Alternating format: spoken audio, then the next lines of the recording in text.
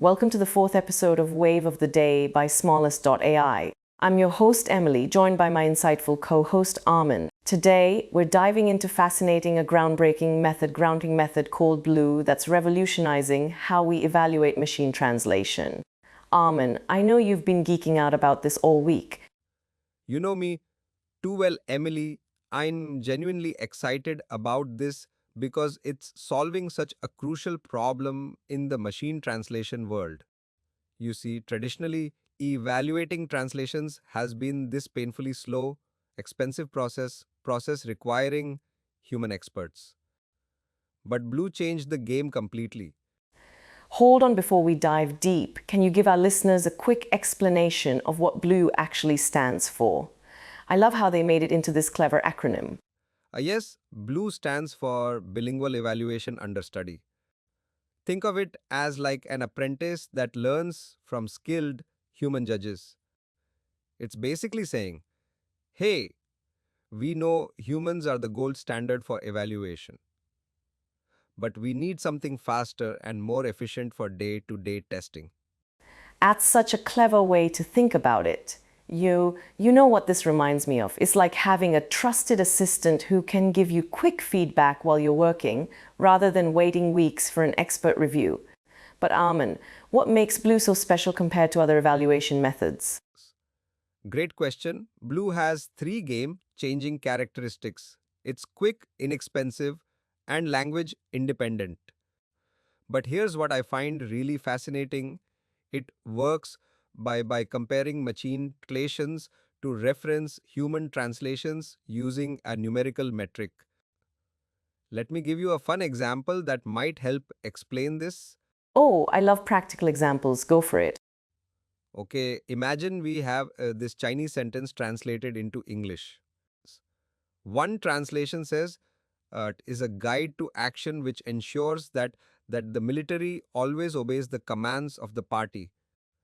Another says it is to ensure the troops forever hearing the activity guidebook that party direct. Which one sounds better to you?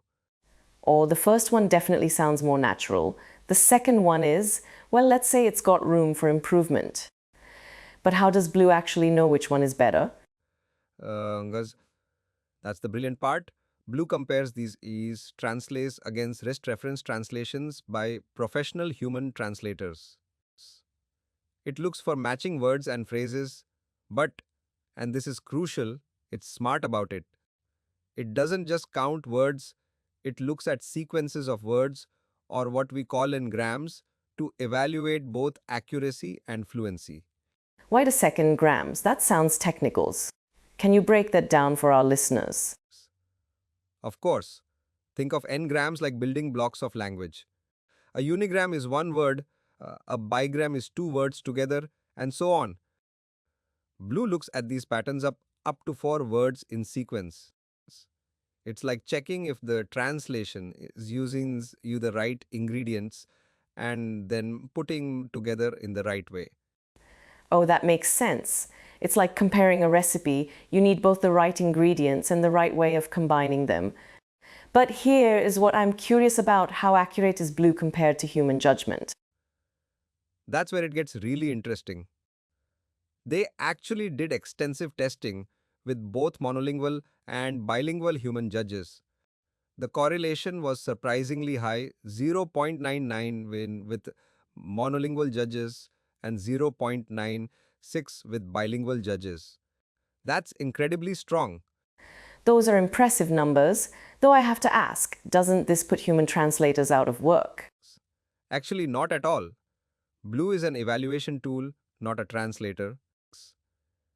In fact, their research showed there's still a huge gap between machine translations and human translations. The human translations consistently scored much higher in both Blue metrics and human evaluations.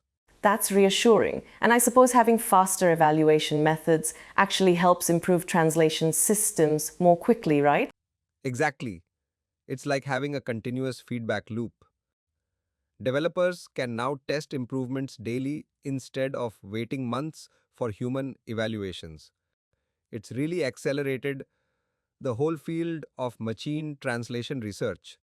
This has been absolutely fascinating. Before we wrap up, any final thoughts on where Blue might take us in the future? The really exciting part is that blue principles might be applicable beyond just translation. The paper suggests it could be adapted for natural language tasks like summarization. It's opened up a whole new approach to evaluating language generation tasks. And that's all we have time for today. Thanks for joining us for another episode of Wave the Day.